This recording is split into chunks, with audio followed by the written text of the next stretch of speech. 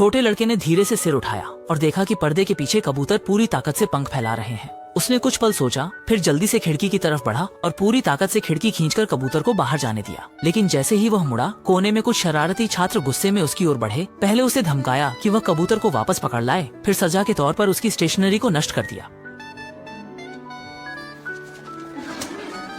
Table पर टूटी हुई पेंट ब्रश को देखकर लड़के का दिल बेहद निराश हो गया। इसी वक्त कक्षा की खिड़की में एक रंगीन आकृति दिखाई दी। वह उत्सुकता से आगे बढ़ा, लेकिन अगली ही क्षण वह आकृति गायब हो गई। इसके तुरंत बाद अनाथालय के कर्मचारी आ गए और कहा कि एक दयालु महिला प्रधानाचार्य के कार्यालय में उसका इंतजार कर रही है। जब छोटे लड़के को पता चला कि महिला का उद्देश्य उसे गोद लेना है, तो वह भविष्य को लेकर बहुत उत्साहित था। लेकिन जैसे ही वह महिला के साथ घर पहुंचा, वास्तविकता ने उसे ठंडी बाल्टी पानी की तरह झटका दिया। यांगफू याली के उस पर अच्छी छाप नहीं पड़ी, इसलिए उसका भी रवैया अच्छा नहीं था। इस दृश्य ने थॉमस को डरा दिया। भले ही यांगमू सॉन्ग लाइलियाओ अनवै शिजन पर थॉमस फिर भी डरा हुआ था। वह यांगफू के जिन दे पापा और यांगमू तादे फांगजी चिंग यिजिन रू था।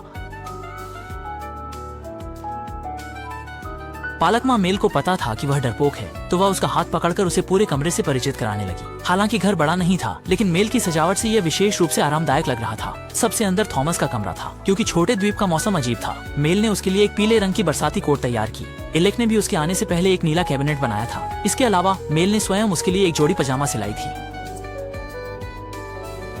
नरम बिस्तर पर बैठा थॉमस को पहली बार घर जैसा महसूस हुआ। वह उत्सुकता से पायजामा पहनने लगा। तभी एलेक अंदर आ गए। वे सांत्वना देने आए थे, लेकिन थॉमस के लिए यह बहुत डरावना था। वह नजरें उठाकर यांगफू का सामना करने की हिम्मत नहीं कर पा रहा था और बोलते समय भी हकलाने लगा। एलेक कुछ और कहना चाहते थे, लेकिन अंत में उन्होंने कुछ नहीं कहा और निराश होकर बाहर चले गए। जब थॉमस आराम कर चुका, तो मेल उसे मुर्गियों के घर ले गई और धैर्यपूर्वक सिखाने लगी कि मुर्गियां कैसे पालते हैं। जैसे डरते हुए मैंने उनसे सीख ली कि मुझे गर्व हो सकता है कि एक पल के लिए तो मैं नाराज, यहाँ तक कि और एकदम से और साबित कर सकता हूँ कि मैं इसे कर सकता हूँ। इस समय मेयर कमरे से बाहर आए। उन्होंने पहले गंभीरता से थॉमस से पूछा, क्या तुम्हें नहीं पता कि पानी के गड्ढे का क्या काम है?